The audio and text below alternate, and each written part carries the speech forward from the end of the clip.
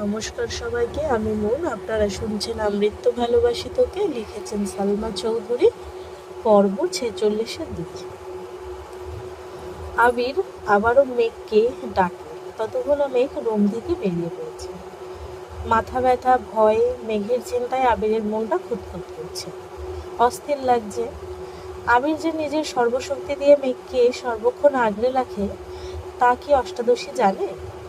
মেঘকে অতি সামান্য কারণে কেউ ধমকে দিলে আবিরের পায়ের রক্ত মাথায় উঠে যায়।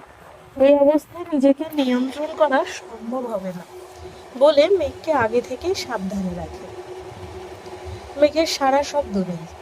আবির বুঝতে পারে মেঘকে থামানো সম্ভব না। গত দুরাত নির্ঘুম কাটিয়েছে।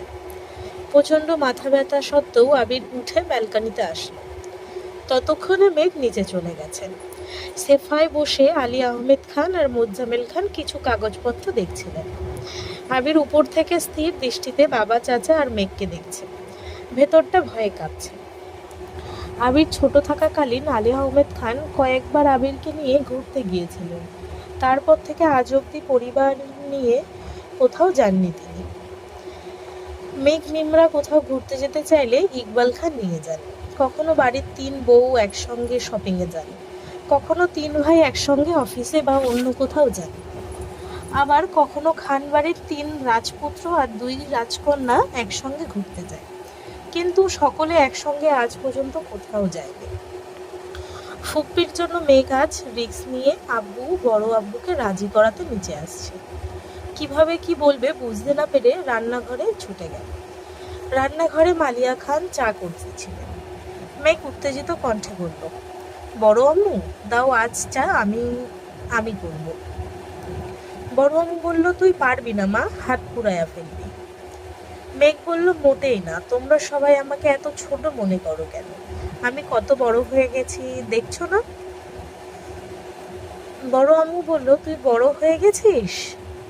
মেঘ বলল, অবশ্যই হয়েছি, আগামী মাসে 19 বছরে পা দিতে যাচ্ছি। বড় আম্মু বলল, মাশাআল্লাহ, বিয়ের বয়স তো হয়েই গেছে, জামাই দেখতে হবে তাহলে। মেঘ লজ্জায় বড় আম্মুর আঁচল দিয়ে নিজের মুখ ঢেকে ফেলল। মনে মনে বলল, জামাই ফিক্সড, এখন তোমার ছেলের হাতে সব। তোমার ছেলে যত তাড়াতাড়ি রাজি হবে তত তাড়াতাড়ি আমি তোমার ছেলের বউ হব। আহা, কি শান্তি। মালিয়া খান ধীর হস্তে মেঘের মুখ থেকে আঁচল সরিয়ে খানিক হেসে বললেন, বিয়ের নাম শুনেই এত লজ্জা? মেঘ লাজুক হাসল। মেঘের এই লজ্জার কারণ যে অন্য কিছু, এটা মালিয়া খানকে বুঝতে দিল না। কিছুটা স্বাভাবিক হয়ে 2 কাপ চা নিয়ে চলে গেল। মেঘের হাতের চায়ের কাপ দেখে 2 ভাই নড়ে চড়ে বসলেন। মোজাম্মেল খান চায়ের কাপ হাতে নিতে নিতে শান্ত স্বরে শোধালেন, আম্মু তুমি চা আনতে গেলে কেন? মেঘ বলল, এমনিতেই। আলী আহমেদ খান প্রখর নেত্রে মেঘকে দেখে বললেন, মুখ দেখে মনে হচ্ছে বড়সড় আবদার আছে, কি লাগবে বলো মা? মেঘ হাসি মুখে উত্তর দিল, কিছুই লাগবে না বড় আব্বু। মোজাম্মেল খান পুনরায় জিজ্ঞেস করলেন, তোমরা নাকি আজ ঘুরতে গিয়েছিলে, কোথায় গিয়েছিলে?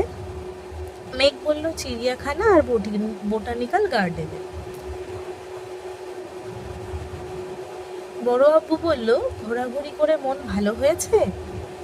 মেঘ চোখ বন্ধ করে ঢোক গিলল। মনে সাহস জুগিয়ে বলল, ভালো লাগেনি, বরং মনটা আরো বেশি খারাপ হয়ে গেছে। বড় আব্বু বলল, কেন? ভয়ে মেঘের বুক কাঁপছে। আব্বু বা বড় আব্বু ধমক না দিয়ে বসেন। দীর্ঘশ্বাস ছেড়ে মেঘ বলে উঠল, সবাই সবার আব্বু আম্মু সহ পুরো পরিবার নিয়ে ঘুরতে আসছিল। তারা কত আনন্দ করছিল, তাদের দেখতেও ভালো লাগছিল। আমার বোধশক্তি হওয়ার পর থেকে আমি কোনোদিন দেখিনি আমাদের বাসায় সবাই একসঙ্গে কোথাও ঘুরতে গিয়েছে। আমি চাই আগামীকাল আমাদের বাসার সবাই একসঙ্গে ঘুরতে যাবে। এটা আমার অভিযোগ, সেই সঙ্গে আবদার। আলী আহমেদ খান ধীর কণ্ঠে বললেন, তোমার আম্মু, বড় আম্মু, কাকিয়াকে নিয়ে যেও, আর আমি ইকবালকে বলবো, সেও তোমাদের সঙ্গে যাবে। মেঘ অভিমানী কণ্ঠে জানালো, আমি বলেছি সবাই, মানে খান বাড়ির প্রত্যেকে, সেখানে আপনারা দুজনও পড়েন। মোজাম্মেল খান ভারী কণ্ঠে বললেন, আমাদের কাজ আছে, বাকিদের নিয়ে যেও। মেঘ বলল, আগামীকাল বিশ্ব ভালোবাসা দিবস, আমি খোঁজ নিয়েছি অফিস ছুটি। প্লিজ আব্বু, প্লিজ বড় আব্বু, চলুন না। বড় আব্বু বলল, না মামুনি, তোমরা ঘুরে এসো, টাকা দিয়ে দিবনে, খাওয়া দাওয়া করে কেনাকাটা করে আইসো। মেঘ এবার কিছুটা ক্ষিপ্ত স্বরে বলল, থাক, টাকা লাগবে না, আপনাদেরও কোথাও যেতে হবে না। আমি কত আশা নিয়ে আসছিলাম সবাই একসঙ্গে ঘুরতে যাব, কত ভালো লাগবে। সত্যি বলতে আপনারা আমায় ভালোই বাসেন না, শুধু মুখেই বলেন। বড় আব্বু বলল, এভাবে বলছো কেন মা? আচ্ছা ঠিক আছে, তোমার আব্বুও সাথে যাবে, তবুও মন খারাপ করো না। মেঘ অত্যন্ত গুরুতর কণ্ঠে বলল, বললাম তো কাউকে যেতে হবে না, আপনারা আপনাদের ব্যবসা কাজ নিয়েই ব্যস্ত থাকুন, আমাদের ভালোবাসার প্রয়োজন নেই। এরপর থেকে আমাকেও লক্ষ্মী মেয়ে বলে সম্বোধন করবেন না। আপনাদেরকে বিরক্ত করার জন্য দুঃখিত, আপনারা আপনাদের কাজ করুন। মেঘ চলে যেতে নিলে আলী আহমেদ খান ডাকলেন। শান্ত স্বরে মেঘকে বোঝানোর চেষ্টা করলেন, কিন্তু মেঘ নিজের জেদ থেকে নড়বেই না। এক পর্যায়ে মেঘ বলে বসল, আগামীকাল ঘুরতে না গেলে বাড়ির কারোর সঙ্গে কথা বলবে না। আলী আহমেদ খান বেশ কিছুক্ষণ চোখ বন্ধ করে ভাবলেন। ছোট থেকেই বোনকে অনেক আদরে বড় করেছিলেন আলী আহমেদ খান এবং মোজাম্মেল খান। বোনের কোনো আবদার কখনো অপূর্ণ রাখেনি। খরচের টাকা বাঁচিয়ে বোনের জন্য গিফট নিয়ে আসতেন। প্রতি সপ্তাহে 4 ভাই বোন মিলে ঘুরতে যেতেন। ইকবাল খান সবার ছোট থাকা সত্ত্বেও আলী আহমেদ খান আর মোজাম্মেল খানের বোনের প্রতি ভালোবাসা বেশি ছিল। কিন্তু বোন এমন কাণ্ড ঘটানোর ফলে ভাই বোনের শারীরিক মানসিক দুভাবেই বিচ্ছেদ ঘটেছে। পরিবারকে সময় দেওয়া, বিশেষ করে ঘুরতে নিয়ে যাওয়াটা একেবারেই ছেড়ে দিয়েছে। দু একবার গেলেও মাথায় শুধু বোনের স্মৃতিই ঘুরত। তার জন্য পরিবারের দায়িত্ব ছেড়ে ব্যবসায় হাল শক্ত করে ধরেছে। বড় ভাইয়ের দেখা দেখি মোজাম্মেল খানও ধীরে ধীরে একই পথের পথিক হয়ে গেছেন। সেই সঙ্গে পরিবারের পুরো দায়িত্ব পড়েছে ইকবাল খানের উপর। বাসার বাজার থেকে শুরু করে কেউ অসুস্থ হলে হাসপাতালে নেওয়া, ডাক্তার দেখানো, ঘুরতে নিয়ে যাওয়া, সম্পূর্ণ দায়িত্বই ইকবাল খানের। অনেক ভেবেচিন্তে অবশেষে আলী আহমেদ খান জানালেন তিনিও আগামীকাল যাবেন। এবার মেঘের খুশি দেখে কে। মেঘ ছুটে গিয়ে আম্মু, বড় আম্মুকে ডেকে নিয়ে আসছে। আকলিমা খান, মিম আদিকে পড়াচ্ছিলেন, তাদেরকেও ডেকে নিয়ে আসছে। এর মধ্যে আবির নিচে নামছে। মেঘ আবিরের দিকে তাকিয়ে টানা দুবারে ভ্রু নাচালো। আবিরও নিঃশব্দে হাসল, চোখের ইশারাতেই মেঘের প্রশংসা করল। আবির নামতেই মোজাম্মেল খান জিজ্ঞেস করলেন, আগামীকাল কি তুমি ফ্রি আছো? আবির বলল, কিছু কাজ আছে। কেন চাচ্ছু?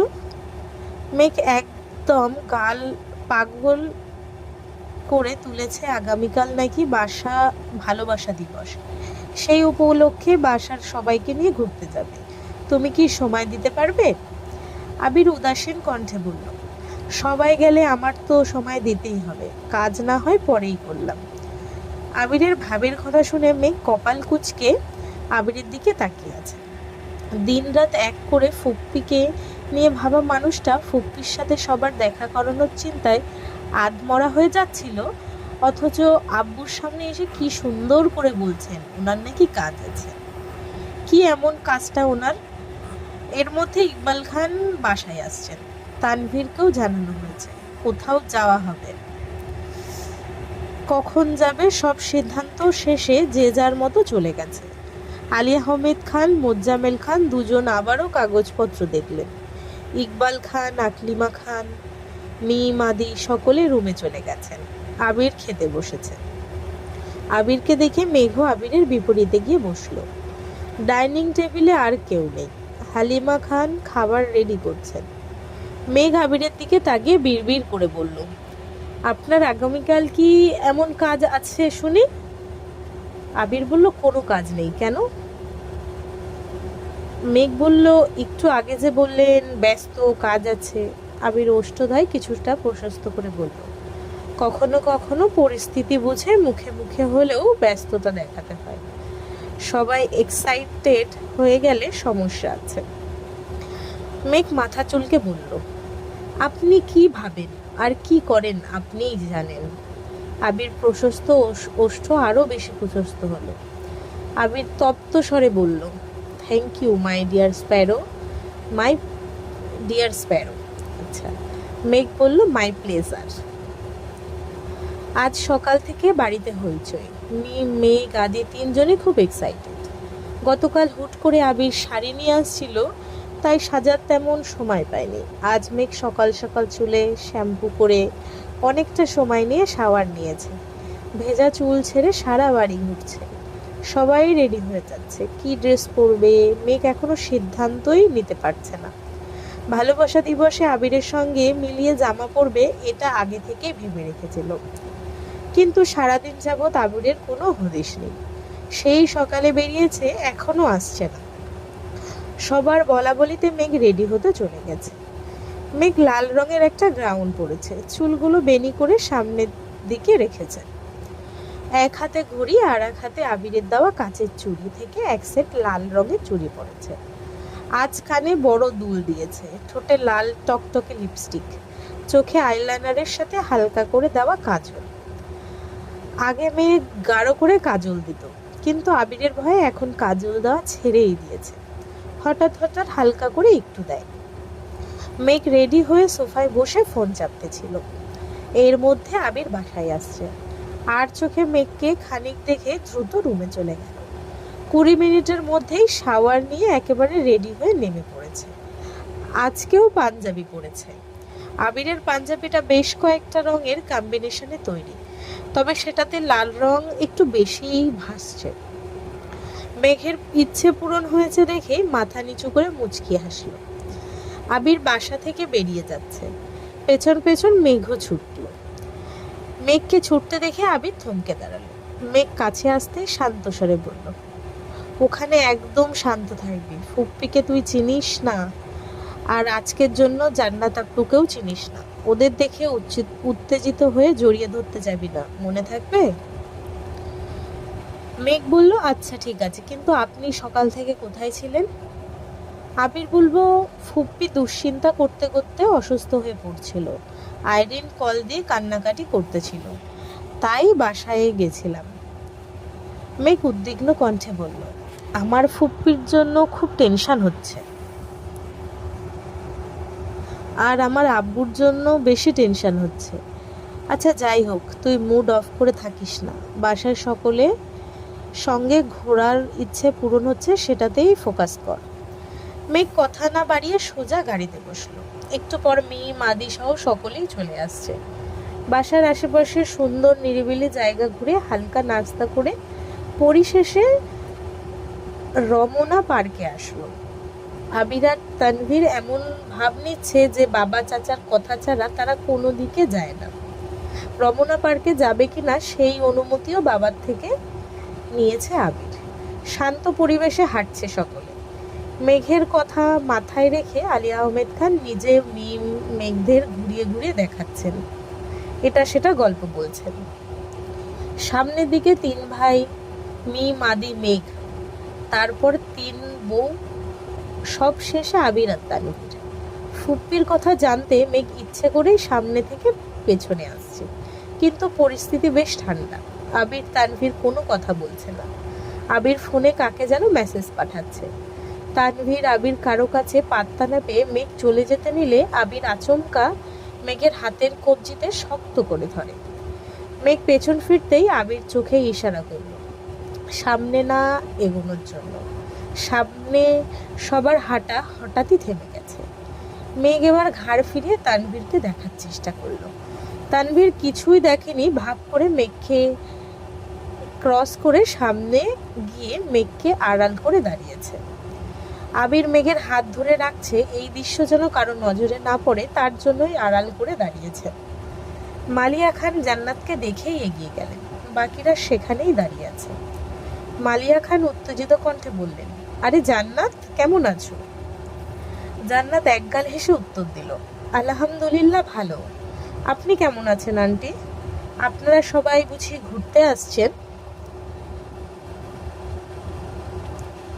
বড় আম্মু বলল, আলহামদুলিল্লাহ ভালো। মেঘের আবদার আজকের স্পেশাল দিনে সবাইকে নিয়ে ঘুরবে, তার জন্য আসলাম। জান্নাত এবার আলী আহমেদ খানকেও উদ্দেশ্য করে বলল, আসসালাম আলাইকুম আঙ্কেল, কেমন আছেন? আলহামদুলিল্লাহ, তুমি ভালো আছো তো? জান্নাত বলল, জি আলহামদুলিল্লাহ। হালিমা খান স্বাভাবিক কণ্ঠে শুধালেন, তা জান্নাত, তুমি কি একা আসছো? জান্নাত হাসি মুখে বলল, না। বলে ঘাড় ফিরিয়ে তাকে গাছের নিচে বসা মহিলার দিকে তাকালো। হালিমা খান কিছুটা পিছিয়ে আলী আহমেদ খানের কাছাকাছি এসে আস্তে করে বললেন, উনি মনে হয় জান্নাতের আম্মু। আপনাকে যে বলেছিলাম, কিছু তো বললেন না। আজকে তাহলে আমাদের বাসায় দাওয়াত দিব নে, আপনি কি বলেন?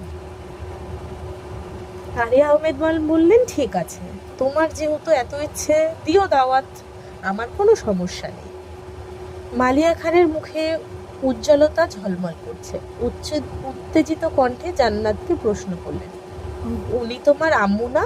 ডাকো, একটু কথা বলি। জান্নাত ঘাড় ঘুরিয়ে ডাকলো, আম্মু এদিকে আসো। ঠোঁটে হাসি রেখে জান্নাত মালিয়া খানকে বলল, উনি আমার শাশুড়ি আম্মু। সহসা স্তব্ধ হয়ে গেছে সবকিছু। মালিয়া খান অবিশ্বাস্য চোখে তাকিয়ে আছে জান্নাতের দিকে। জান্নাতের কথা শুনে আলী আহমেদ খানও কপাল কুঁচকালেন। মালিয়া খানের প্রায়ই আবিরের জন্য জান্নাতের কথা বলেন, কিন্তু আলী আহমেদ খান তেমন সাড়া দেননি বলে এতদিন কিছুই বলতে পারেনি। অথচ সেই মেয়ে বিবাহিত। ওনাদের সাথে সাথে বাকিরাও অবাক চোখে তাকিয়ে আছেন। মালিয়া খান এতটাই শক্ট যে কিছুই বলতে পারছেন না। এদিকে আবির মেঘের হাত ধরেই রেখেছে, যাতে মেঘ কোনোভাবেই সামনে না যায়। তানভীর মেঘের সামনে দাঁড়ানো, তাই মেঘ জান্নাত আপুর কথা শুনলেও আপুকে দেখতে পাচ্ছে না। মেঘ ঘাড় কাত করে জান্নাতকে দেখার চেষ্টা করছে। আকলিমা খান খানিক ভেবে প্রশ্ন করলেন, তোমার বিয়ে কবে হয়েছে? জান্নাত বললেন, অক্টোবরের 12 তারিখ আন্টি। মালিয়া খান এবার দ্বিতীয়বারের মতো আশ্চর্য হলেন। আজ ফেব্রুয়ারির 18, মানে 4 মাসের উপরে হয়েছে জান্নাতের বিয়ে হয়েছে, অথচ উনি তাকে ছেলের বউ বানাতে উঠে পড়ে লেগেছিলেন। হালিমা খান বললেন, আমাদের বললে না তো? জান্নাত বলল, আসলে আন্টি, হুট করে বিয়ের দিন তারিখ ঠিক হয়েছিল আর ওই রকম প্রোগ্রামও করা হয়নি, তার জন্য আর বলা হয়নি। মালিয়া খান বললেন, তা তোমার হাজবেন্ড কি করে? জান্নাত বলল, জবের জন্য আপাতত দেশের বাইরে আছেন, দয়া করবেন আমাদের জন্য। মালিয়া খান বলেন, ফি আমানিল্লাহ, স্বামী সংসার নিয়ে সুখে থাকো। মালিয়া খানের চোখ মুখ ফ্যাকাশে হয়ে গেছে। জান্নাতকে দেখে যতটা উত্তেজিত ছিল, এখন ঠিক ততটাই নিরুদ্বেগ। কোমল দৃষ্টিতে জান্নাতের দিকে তাকিয়ে আছে। জান্নাত পুনরায় একটু উচ্চস্বরে ডাকল, কি হলো আম্মু, আসো। এবার মহিলা উঠলেন, মাথায় ওড়না দেওয়া, মাথা নিচু করে এগিয়ে এসে শীতল কণ্ঠে বললেন, আসসালাম আলাইকুম। আস্তে করেই সকলে সালামের উত্তর দিয়ে তাকালেন সেই মহিলার দিকে। মহিলা মুখ তুলে তাকাতেই চোখাচোখি হলো আলী আহমেদ খানের সাথে। পাশে তাকাতেই মোজাম্মেল খান। প্রকৃতি যেন থমকে গেছে। মুহূর্তেই নিস্তব্ধতায় ছেয়ে গেছে সবকিছু। মাহমুদা খানের দৃষ্টি একে একে সকলকে দেখছে। মালিয়া খান, ইকবাল খান, পেছনে হালিমা খান আর আকলিমা খানকেও এক পলক দেখে নিলেন। আবিরের হাতে থাকা মেঘের ছোট হাতটা থরথর করে কাঁপছে। ভয়ে বুকের ভেতর হৃৎপিণ্ড ছুটছে এদিক সেদিক। হাত পা ঠান্ডা হয়ে আসছে। 28 বছর পর মুখোমুখি হয়েছে ভাই বোন। কি হতে চলেছে ভেবেই মেঘের শরীর ঘামতে শুরু করেছে। আবির 2 কদম এগিয়ে মেঘের পাশে দাঁড়ালো। মেঘের হাত ছাড়তেই মেঘ ব্যালেন্স হারিয়ে পড়তে নিলে আবির তৎক্ষণাৎ ডান হাত দিয়ে মেঘের কনুইয়ের উপর চেপে ধরল। মেঘ আর চোখে আবিরের দিকে তাকাতেই আবির মলিন হেসে প্রখর তপ্তস্বরে বলল, হেই রিল্যাক্স, কিছু হয়নি। মেঘ শীতল চোখে আবিরের মুখের পানে তাকিয়ে আছে। কপালের ঘাম বেয়ে বেয়ে নিচে পড়ছে। 2 দুশ্চিন্তায় দুধের ন্যায় মুখবিরন রক্তাভ হয়ে গেছে। মেঘ অল্পতেই ইমোশনাল হয়ে যায়, পরিস্থিতি সামলানোর আগেই ভেঙে পড়ে। আবির পকেট থেকে রুমাল বের করে আলতোভাবে মেঘের কপাল, নাক, থুতনি মুছতে মুছতে বলল, এই পাগল, এত টেনশন কিসের তোর? আমি আছি তো নাকি? আবির মেঘের মাথায় হাত বুলাতে বুলাতে ধীর কণ্ঠে বোঝাচ্ছে। মেঘ শান্ত মেয়ের মতো আবিরের কথা শুনছে। এদিকে মাহমুদা খানের দিকে এক দৃষ্টিতে তাকিয়ে আছে সকলে। 28 বছর পর কাউকে হুট করে দেখলে কখনোই চেনা সম্ভব না। বেশ কিছুক্ষণ পরই ইকবাল খান শ্বাস ছেড়ে গম্ভীর কণ্ঠে বললেন, আফা। মাদি একবার আব্বুর মুখের দিকে তাকাচ্ছে, আবার মহিলাকে দেখছে, আবার ঘাড় ফিরে বাকিদের দেখছে। হালিমা খান আর আকলিমা খান মাহমুদা খানকে বাস্তবে দেখেনি, দু একবার শুধু ছবিই দেখেছিল, তাই তেমন ছিল না। মোজাম্মেল খান ভারী কণ্ঠে বললেন, তুই? মালিয়া খান এখনো নিশ্চুপ। জান্নাতের বিষয়টাতে এখনো স্বাভাবিক হতে পারছে না, তার উপর এত বছর পর ননদের সাথে দেখা, সবকিছু মাথার উপর দিয়ে যাচ্ছে ওনার। এদিকে আলী আহমেদ খানও পাথরের ন্যায় দাঁড়িয়ে আছেন। মেম আর আদি দুজনে বেশ কিছুক্ষণ মুখ চাওয়াচাওয়ি করে অবশেষে আব্বুকে প্রশ্ন করল, আব্বু, উনি কে? ইকবাল খান উত্তর দিতে পারছেন না। নিজের সন্তানের সামনে বোনকে কি বলে পরিচয় দেবেন সেটাও বুঝতে পারছেন না। ইকবাল খান অসহায়ের মতো তাকিয়ে আছে মোজাম্মেল খানের দিকে। মিম একবার প্রশ্ন করে থেমে গেলেও আদি বারবার প্রশ্ন করেই যাচ্ছে। কেউ কোনো উত্তর দিচ্ছে না। দীর্ঘ সময় নীরবতা ভেঙে মাহমুদা খান জিজ্ঞেস করলেন, কেমন আছো ভাইজান? একমাত্র বোনের মুখে ভাইজান ডাক শুনে আলী আহমদ খানের বুকটা কেঁপে উঠল। ঢোক গিলে অনুস্ব স্বরে বললেন, আলহামদুলিল্লাহ। স্নিগ্ধ শীতল পরিবেশ, পাখিদের কিচিরমিচির শব্দ ব্যতীত আর কোনো শব্দ নেই। কেউ কোনো কথা বলছে না, আবার জায়গা থেকে নড়ছেও না। আদি কিছুক্ষণ থেমে থেমে আবার প্রশ্ন করে। মাহমুদা খানের পরিচয় জানতে চায়, কিন্তু কেউ বলে না। জান্নাত সশরীরে এতক্ষণ উপস্থিত থাকলেও তার মনোযোগ ছিল ফোনে। আসিফ কল দেওয়ার ফোন নিয়ে একটু দূরে চলে গিয়েছিল। কথা শেষ করে এগিয়ে আসতে আসতে স্বাভাবিক কণ্ঠে বলল, আম্মু, কথা শেষ হয়নি, চলো বাসায় যাব। মাহমুদা খানের কান্না গলায় আটকে আছে। এত বছর পর ভাইদের স্বচক্ষে দেখেছেন, ঠিকমতো কথাও বলতে পারছেন না। মাহমুদা খান শীতল কণ্ঠে বললেন, আসছি ভাইজান। মাহমুদা খান জান্নাতের পাশে হেঁটে যাচ্ছেন। প্রত্যেকেই সেদিকে তাকিয়ে আছে। প্রতিটা সদস্যদের ভেতর খুঁড়ে শুধু দীর্ঘশ্বাস বেরিয়ে আসছে। আলী আহমেদ খান, মোজাম্মেল খান সহ সকলেই আজ কঠিন সত্যের মুখোমুখি হয়েছে। সন্তানদের প্রশ্নের উত্তরে না পারছে সত্যি বলতে, আর না পারছে এড়িয়ে দিতে। মেঘ আবিরের দিকে তাকিয়ে ভ্রু নাচালো। আবির নিঃশব্দে ডান ভ্রু উঠাতেই মেঘ বিড়বিড় করে বলল, ফুপ্পি চলে গেল কেন? আবির বলল, আমি বলছি চলে যেতে। মেঘ বলল, কেন? আবির বলল, আবেগ, অনুভূতি, ভালোবাসা 28 বছর যাবৎ চাপা পড়ে কঠিন পাথরের রূপ নিয়েছে। সেই পাথর 5-10 মিনিটে গলবে না, তার জন্য পর্যাপ্ত সময় লাগবে। স্তব্ধ পরিবেশ স্তব্ধ রেখেই সকলে বাসায় ফিরে আসছে। কারো মুখে কোনো কথা নেই। বাসায় আজ রান্না নেই, খাওয়া দাওয়া নেই। আদিও আজ তাড়াতাড়ি ঘুমিয়ে পড়েছে। 3 বউ রান্নাঘরে দাঁড়িয়েই ঘণ্টাখানেক আলোচনা করেছে। 3 ভাইয়ের মনে কি চলছে কে জানে। 3জনই 3জনের রুমে বসে আছে, কি ভাবছে কে জানে। তানভীর বাসায় ফিরে আবার বেরিয়েছে। টুকিটাকি কাজ ছিল, সেগুলি শেষ করে বন্যাদের এলাকায় আসছে, কিন্তু বন্যার কোনো হদিশ নেই। আজকের স্পেশাল দিনে বন্যার দেখা পাবে না ভাবতেই ভেতরটা মোচড় দিয়ে ওঠে। সন্ধ্যার পর হয়ে গেছে, বন্যা বের হওয়ার কোনো সম্ভাবনা নেই। কিন্তু তানভীরের মন যেতেও চাইছে না। প্রায় 1 ঘন্টা অপেক্ষার পর তানভীর বন্যাকে কল দিল। বন্যা কল রিসিভ করতেই তানভীর বলল, এই মেয়ে, কোথায় আছো? তানভীরের ধমকের স্বরে বলা কথাতে বন্যা না চাইতেও কেঁপে ওঠে। সদ্য ঘুম থেকে ওঠা মেয়েটা নরম স্বরে উত্তর দিল, বাসায়। কেন? তানভীর বলল, আমি তোমাদের বাসার গলির সামনে দাঁড়িয়ে আছি, তাড়াতাড়ি আসো। বন্যা বলল, মানে? তানভীর বলল, আসতে বলেছি, আসো। বলেই তানভীর কল কেটে দিয়েছে। বন্যা সোফা থেকে উঠে বসে ফোনের নাম্বারটা আবারও চেক করে। সত্যি সত্যি তানভীর ভাই, কিন্তু উনি হঠাৎ এখানে এসে কল কেন দেবেন, এটাই ভেবে পাচ্ছে না বন্যা। চোখে মুখে অল্প একটু পানি ছিটিয়ে টাওয়েল দিয়ে মুছলো কিনা ছুটে গেল নিচে। সদ্য ঘুম থেকে ওঠায় চুলের অবস্থাও নাজেহাল, কিন্তু আঁচড়ানোর সময় নেই। নিচে বন্যার ভাই টিভি দিচ্ছিল। বন্যাকে ছুটতে দেখে শুধায়, ছোট আপু, পাগলের মতো কোথায় যাচ্ছিস?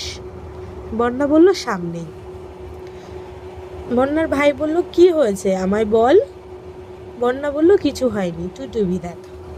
বলেই বন্যা দৌড়ে বেরিয়ে গেছে। গলির ঠিক সামনেই তানভীর দাঁড়িয়ে আছে। তানভীরকে দেখা মাত্রই দৌড়ের গতি কমে গেছে, ধীর গতিতে এগিয়ে গেল। গলায় ওড়না পেঁচানো, চুল অগোছালো, মুখ মলিন হয়ে আছে। তানভীর কপাল গুটিয়ে সূক্ষ্ম নেত্রে বন্যাকে নিরীক্ষণ করল। বন্যা কিছু বলার আগে তানভীর ভারী কণ্ঠে বলল, সন্ধ্যাবেলা চুল ছেড়ে বের হয়েছ কেন? আর চুলের এ দশা কেন? মাথায় ওড়না দাও। বন্যা ওড়না মাথায় দিতে দিতে নিরুদ্বেগ কণ্ঠে জবাব দিল, ঘুমাইছিলাম। তানভীর বললে, অসময়ে ঘুমাও কেন? সন্ধ্যাবেলা ঘুমাতে নেই, তুমি জানো না? বন্যা বলল, জানি, ঘুম পাচ্ছিল তাই।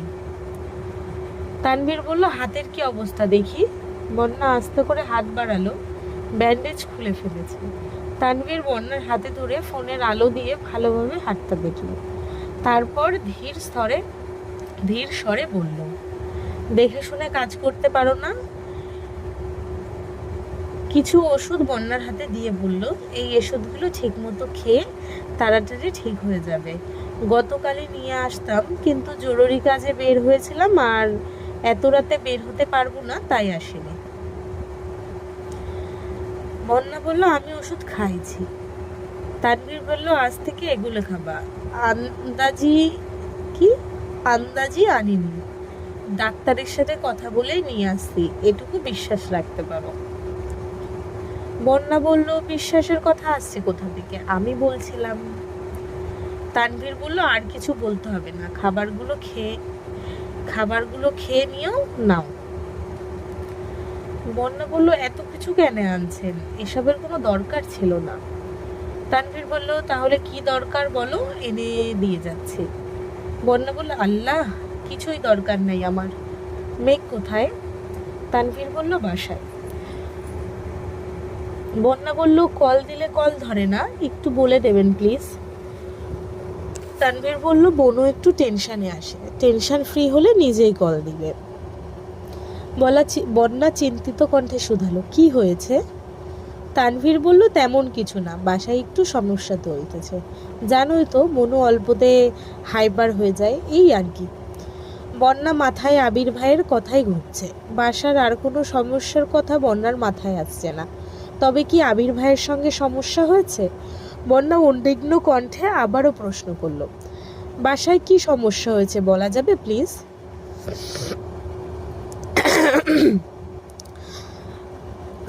তানভীর বলল, বনুকে জিজ্ঞাসা করো, বনুই বলবে। সন্ধ্যার পর এতক্ষণ বাইরে থাকা ঠিক না, বাসায় চলে যাও। বন্যা বলল, জি আচ্ছা, ধন্যবাদ। বন্যা গলি দিয়ে চলে যাচ্ছে। লাইটের আলোতে তানভীর স্থির দৃষ্টিতে চেয়ে সেই দৃশ্য দেখছে। এদিকে বাসার হিমশীতল পরিবেশ দেখে মেঘের খুব চিন্তা হচ্ছে। মেঘ বাসায় ফিরে ফুপ্পির সঙ্গে কথা বলেছে।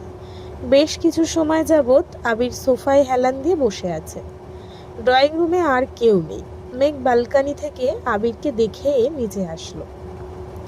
আবিরের চোখ বন্ধ দেখে মেঘ মৃদুভাবে ডাকলো, আবির ভাই। আবির চোখ মেলে আর চোখে তাকালো, কিছুই বলল না। মেঘ আবারও বলল, এখানে বসে আছেন কেন, রুমে যান। আবির বলল, রুমে যেতে ভয় লাগতেছে, আব্বুর নিস্তবতা আমায় খুব ভাবাচ্ছে, আর কারোরটা জানি না, তবে আব্বুর জন্য খুব চিন্তা হচ্ছে। মেঘ বলল, বড় আম্মুও খুব কষ্ট পাইছে, জান্নাত আপুর বিয়েটা আগে জানিয়ে দিলেই হতো। আবির বলল, আম্মুর কষ্ট পাওয়াটা আমারই কিছু না। আমি বারবার বারণ করা সত্ত্বেও আমার বউ ভাবতে হয় কেন? কয়েকবার বলার পরও যেহেতু মানেনি, তাই আমি আর কিছু বলিনি। বউ ভাবতে থাকুক, আমার না হোক, আসিফ ভাই আর বউ তো। আমি যেটা চাইছিলাম ওটা হয়নি। কি চাইছিলেন? মেঘ জিজ্ঞাসা করলো। আবির বলল, তানভীরকে দিয়ে জান্নাতকে আনাইছি। তানভীর আর জান্নাতের বয়স কাছাকাছি। আমি ভাবছি আম্মু বা মামুনি বলবে তানভীরকে নিয়ে সন্দেহ করবে, আর আমি ওইটাতে কাজে লাগাবো। উল্টো আমি ফেসে গেছি। আম্মু ডিরেক্ট আমার বউ বানানোর চিন্তা করে ফেলেছে। মেঘ বলল, তার মানে এসব আপনাদের প্ল্যান? আবির বলল, হ্যাঁ, সবটাই পরিকল্পিত। মেঘ বলল, আগে যে বলছেন আমার জন্য জান্নাত আপুকে আনছিলেন। আবির বলল, তোর জন্যই তো আনছি। ফুপ্পি কি তোর না? চান্স কি তুই পাসনি? তাহলে কার জন্য করছে এসব? মেঘ নিশ্চুপ। আবির পুনরায় বলল, তোর জন্য যদি শুধু শিক্ষক লাগতো, তবে এই শহরে ভালো শিক্ষকের অভাব ছিল না। তারা তোকে দায়িত্ব নিয়ে পড়িয়ে চান্সও পাওয়াতো। কিন্তু ফুপ্পির সাথে কিভাবে সম্পর্ক ঠিক করব তা ভেবে পাচ্ছিলাম না। একমাত্র উপায় ছিল জান্নাত। জান্নাত তোকে পড়ালে আর তুই চান্স পেলে বাসার মানুষের জান্নাতের প্রতি পজিটিভ চিন্তা আসবে। তখন ধীরে ধীরে ফুপ্পির সংস্পর্শে আসা যাবে। আর একটা হচ্ছে বউ বানানোর চিন্তা, ওইটা আসলে শুরুতে ছিল না। তানভীরকে দিয়ে আনাইছিলাম কারণ আমি দেশে ছিলাম না। দেশে ফিরে আমি টিচার কিভাবে পাবো? তাছাড়া জান্নাত যে রাকিবের বোন, এটা জানলে সবাই শিওর ধরে নিত আমার জান্নাতের সাথে সম্পর্ক। ওই জন্যই মূলত তানভীরকে দিয়ে আনানো, কিন্তু তাতে কোনো লাভ হলো না। মেঘ কপাল কুঁচকে বিড়বিড় করে বলে, আপনি খুব চালাক। মাগনা হিটলার বলি না আপনাকে। আবির বলল, চালাক আর হতে পারলাম কোথায়? নিয়তির বেড়াজালে বন্দি হয়ে আছে আমি। মেঘ বলল, কি হয়েছে? আবির বলল, কিছু না, রুমে গিয়ে রেস্ট নে। মেঘ রুমে এসে টেবিলের উপর মাথা রেখে চোখ বন্ধ করে শুয়ে আছে। 20-25 মিনিট পর আবির দরজায় আসলো। ঠান্ডা কণ্ঠে বলল, আসবো? মেঘ মাথা তুলতেই দেখলো আবির। মৃদু হেসে বলল, আসুন। আবির হাতে নুডলসের বাটি নিয়ে রুমে ঢুকলো। মেঘের টেবিলে নুডলসের বাটি রেখে বলল, রাতে রান্না করেনি, এটা খেয়ে নে।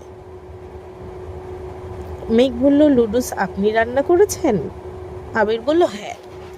মেঘ বলল, আপনি নুডলসও রান্না করতে পারেন? আবির বলল, জি ম্যাডাম।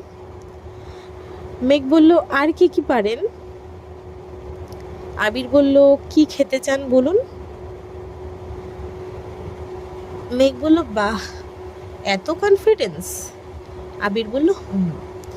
মেঘ মায়াবী দৃষ্টিতে আবিরকে দেখছে।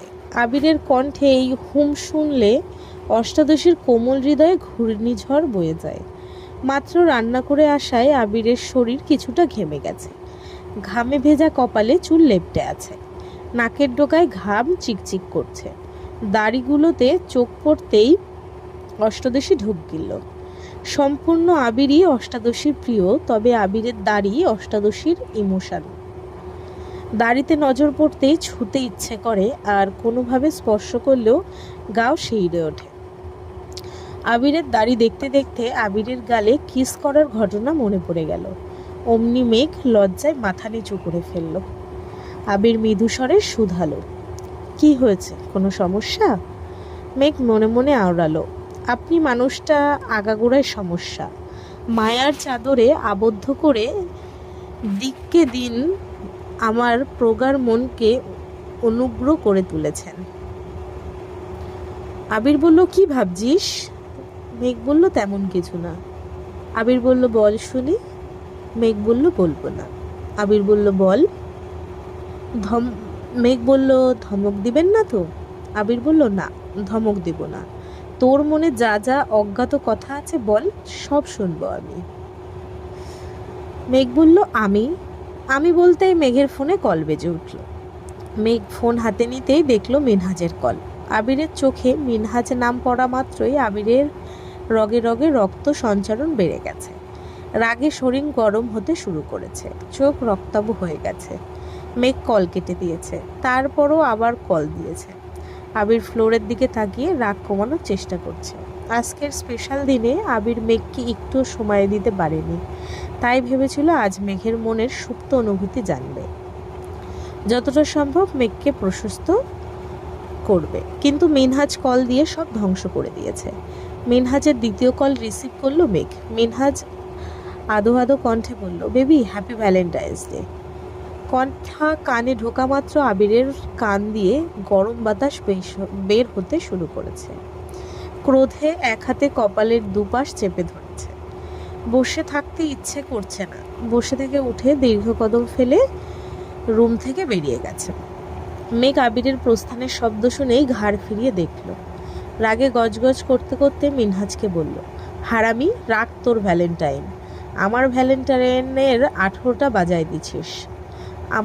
আমায় বেবি বলবি না বানর। তুই জীবনেও ভালো হবি না। কল কেটে দেওয়ার পর বারবার কেন কল দিচ্ছিস?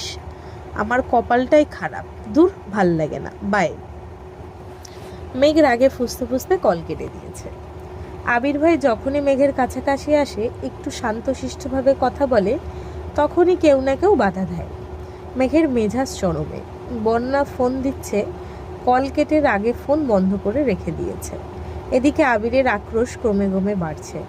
নিজের প্রতি বড্ড রাগ হচ্ছে। আজ মনে হচ্ছে মিনহাজ আর তামিমকে প্রথম দিনেই ওয়ার্নিং দেওয়ার দরকার ছিল।